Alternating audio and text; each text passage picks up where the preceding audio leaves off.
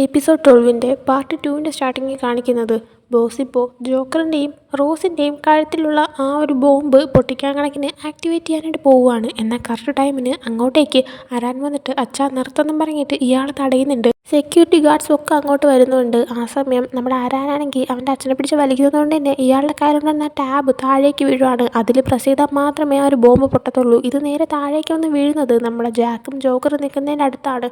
പക്ഷേ അവരെ രണ്ടുപേരെയും ഒരു ചങ്ങലയിൽ കണക്ട് ചെയ്തിരിക്കുന്നതുകൊണ്ട് തന്നെ അവർക്ക് അതിൻ്റെ അടുത്ത് വരെ എത്താൻ പറ്റുന്നില്ല. ഇതേ സമയം ജാക്കിൻ്റെ അടുത്തൊക്കെ താഴെ നിൽക്കുന്ന ഒരു ബോഡി ഗാർഡ് അരാനെ ഷൂട്ട് ചെയ്യാനായിട്ട് നോക്കുന്നുണ്ട്. എന്നാൽ ജാക്ക് ഉണ്ടെങ്കിൽ തന്നെ അയാളടിച്ചിട്ട് അയാളുടെ കയ്യിലുള്ള തോക്കുകൊണ്ട് താഴെ നിന്ന മറ്റ് 2 ബോഡി ഗാർഡ്സിനെയും മേളിൽ നിന്ന് അരാൻ്റെ അടുത്തുള്ള ബോഡി ഗാർഡ്സിനൊക്കെ വെടിവെച്ചിട്ട് അരാനെ ഹെൽപ്പ് ചെയ്യാനായിട്ട് മേളിലേക്ക് കയറി പോകുന്നുണ്ട്.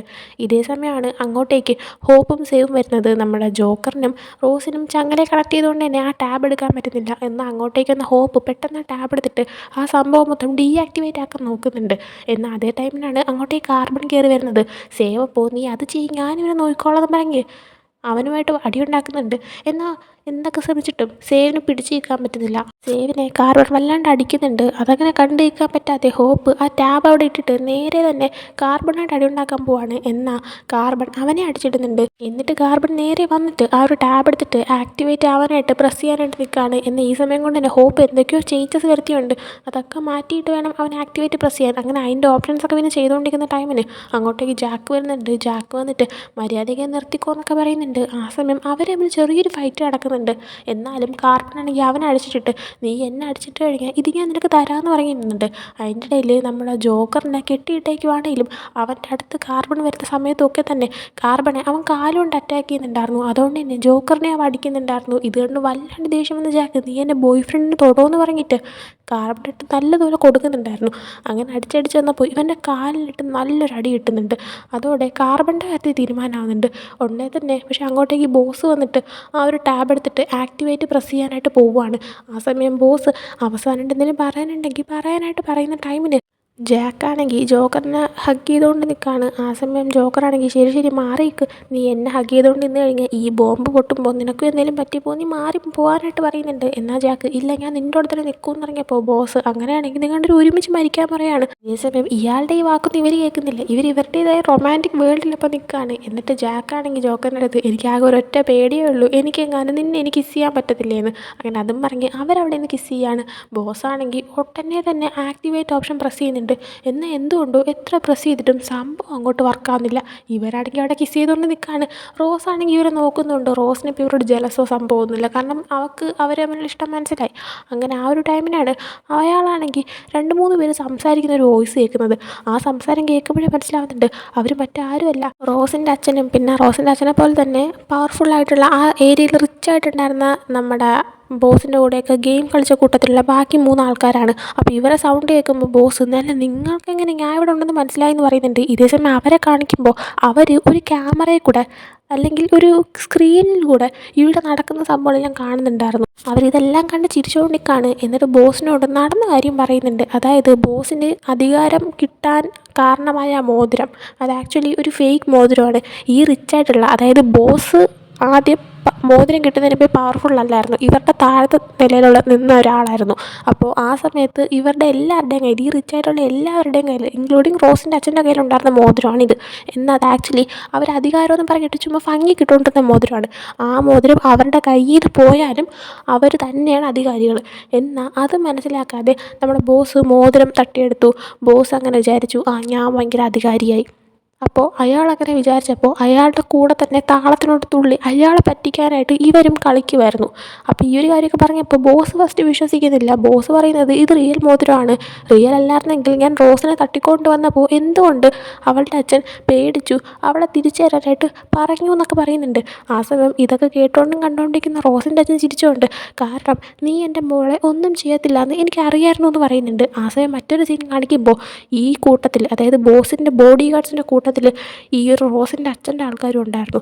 ആ കൂട്ടത്തിലുള്ള ഒരാളാണ് ഇതിൽ പല ബോഡി ഗാർഡ്സിനെ അടിച്ചിട്ടിട്ട് കൺട്രോൾ റൂമിൽ കയറിയിട്ട് ഈ ബോംബിൻ്റെ ആക്ടിവേഷൻ എല്ലാം ഫുള്ള് നശിപ്പിച്ചത്. അതുകൊണ്ടാണ് ബോസിനിപ്പോൾ ആ ഒരു ടാബിൽ ആക്ടിവേറ്റ് പ്രസ് ചെയ്തിട്ട് അത് വർക്കാവാത്തത്.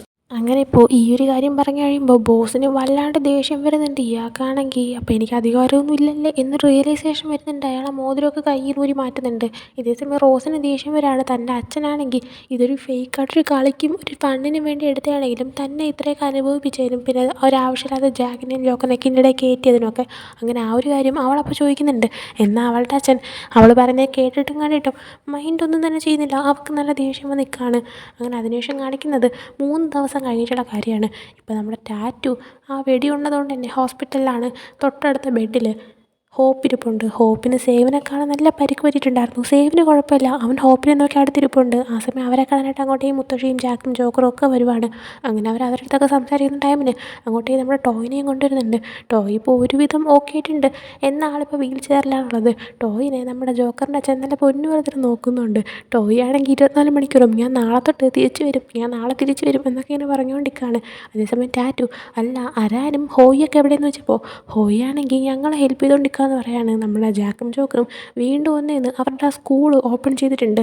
അപ്പോൾ ഇപ്പോൾ ഇങ്ങോട്ടേക്ക് വന്നപ്പോൾ നമ്മുടെ ജോക്കറിൻ്റെ അച്ഛനെയും വരണമെന്ന് പറഞ്ഞ് ഇൻവൈറ്റ് ചെയ്തിട്ടുണ്ട്. ആ സമയമാണ് ടാറ്റു ഇത് ചോദിച്ചത്. അങ്ങനെ ഹോയ് ആ കാര്യം നോക്കിക്കൊണ്ടിരിക്കുകയാണ്.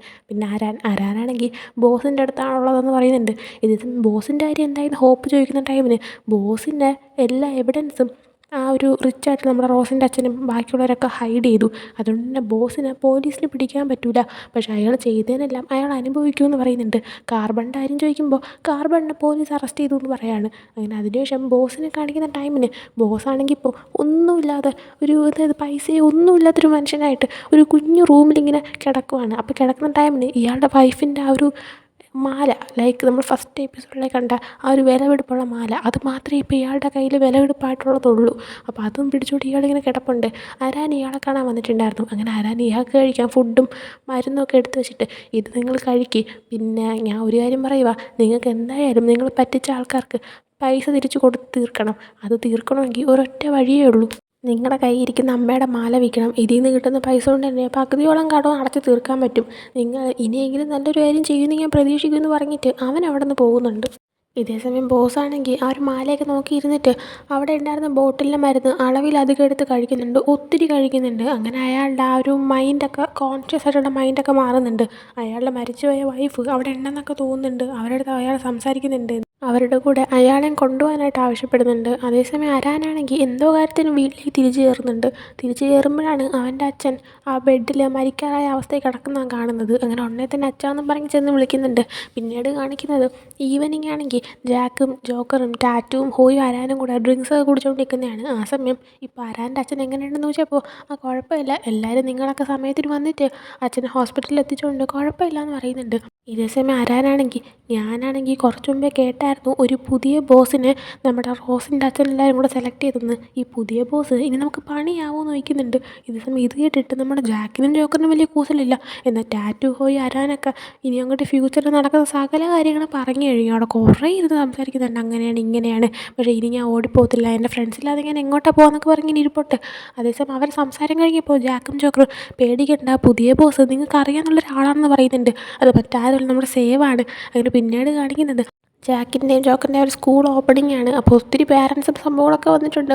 നമ്മുടെ സേവ് ബോസായിട്ട് നിന്ന് അവിടെ സംസാരിക്കാനൊക്കെ നിൽപ്പുണ്ട്. അങ്ങനെ പരിപാടി സ്റ്റാർട്ട് ചെയ്യുമ്പോഴത്തേക്ക് നമ്മുടെ ജോക്കർ നമ്മുടെ പുതിയ ബോസായിട്ടുള്ള സേവിനെയൊക്കെ ഇൻവൈറ്റ് ചെയ്യുന്നുണ്ട്. സേവ് സ്റ്റേജിൽ കയറി സംസാരിക്കുന്നുണ്ട്. അതിനുശേഷം നമ്മുടെ ജോക്കർ ജാക്കിനെ ഇൻവൈറ്റ് ചെയ്യുന്നുണ്ട്. ജാക്കൊക്കെ സംസാരിക്കുന്നുണ്ട്. നമ്മുടെ ടോയ് ആണെങ്കിൽ തിരിച്ച് പവർഫുള്ളായിട്ട് വന്നിട്ടുണ്ട്. അപ്പോൾ അവളിപ്പോൾ കംപ്ലീറ്റ് ഓക്കെ ആണ്. അതുകൊണ്ട് അവൾക്കൊരു സർട്ടിഫിക്കറ്റ് കൊടുക്കുന്നുണ്ട് സ്റ്റേജിലൊക്കെ വിളിച്ചിട്ട്. അങ്ങനെ ഒരു ഫുൾ എൻജോയ് ചെയ്തുകൊണ്ടിരിക്കുകയാണ്.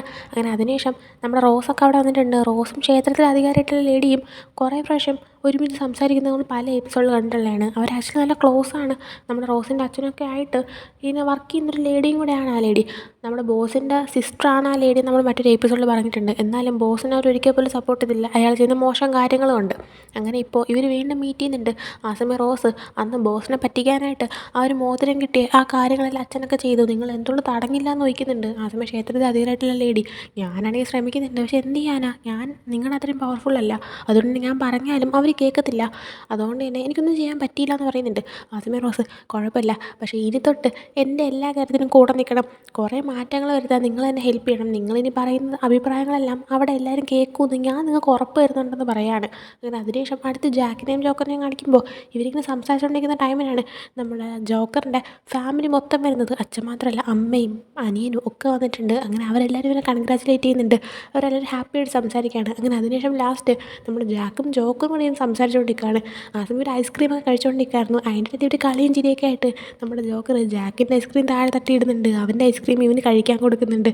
അങ്ങനെ കളിച്ച് ചിരിച്ചിരിക്കുമ്പോൾ ജാക്ക് അവൻ്റെ കയ്യിലുണ്ടായിരുന്നൊരു മോതിരം ജോക്കറിന് ഇട്ട് കൊടുക്കുന്നുണ്ട്. കൂടാതെ തന്നെ അവൻ്റെ അടുത്ത് പറയുന്നുണ്ട്, ഒരു പുതിയ മോതിരമല്ല, എന്നാലും നിനക്ക് ഇട്ട് തരണമെന്നുണ്ടായിരുന്നു, അതുകൊണ്ട് ഞാൻ ഇട്ട് തന്നെയാന്നൊക്കെ പറഞ്ഞിട്ട് അവർ കിസ് ചെയ്യാണ്. അങ്ങനെ അതും കാണിച്ച് ഈ ഒരു സീരീസ് ഇവിടെ എൻഡ് ആകുന്നുണ്ട്. പക്ഷേ ഈ ഒരു സീരീസിന് ഒരു സ്പെഷ്യൽ എപ്പിസോഡ് റിലീസാവുന്നുണ്ട്. അത് ഈ മാസം തന്നെ റിലീസാവുന്നത്.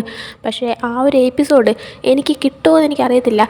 കിട്ടിയേക്കാം, പക്ഷേ വീഡിയോ ചെയ്യാനായിട്ട് കിട്ടുമോ, കോപ്പിറൈറ്റ് പ്രോബ്ലംസ് വരുമോയെന്നൊന്നും എനിക്കറിയത്തില്ല.